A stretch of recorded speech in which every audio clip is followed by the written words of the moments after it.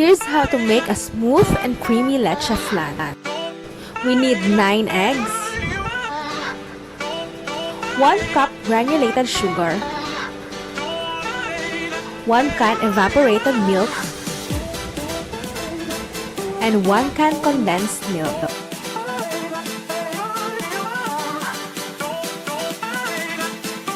Place the eggs in a big bowl and then beat them.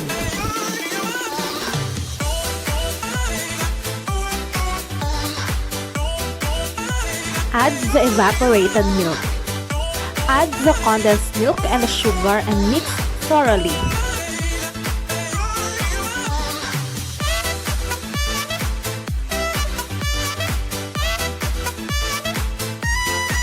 For caramel syrup, we need 1 cup granulated sugar.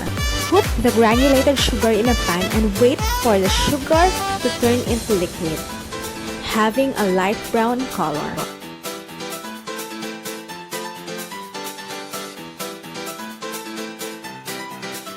Spread the caramel evenly on the flat side of the mold or the lanera.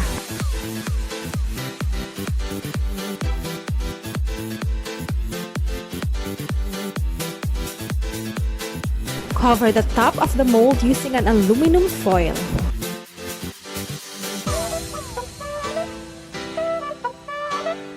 Steam your mixture for at least 30 to 35 minutes.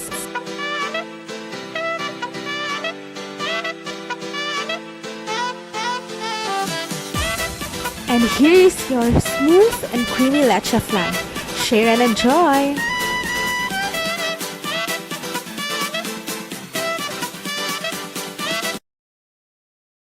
Show some love by clicking the subscribe and bell button to get notified.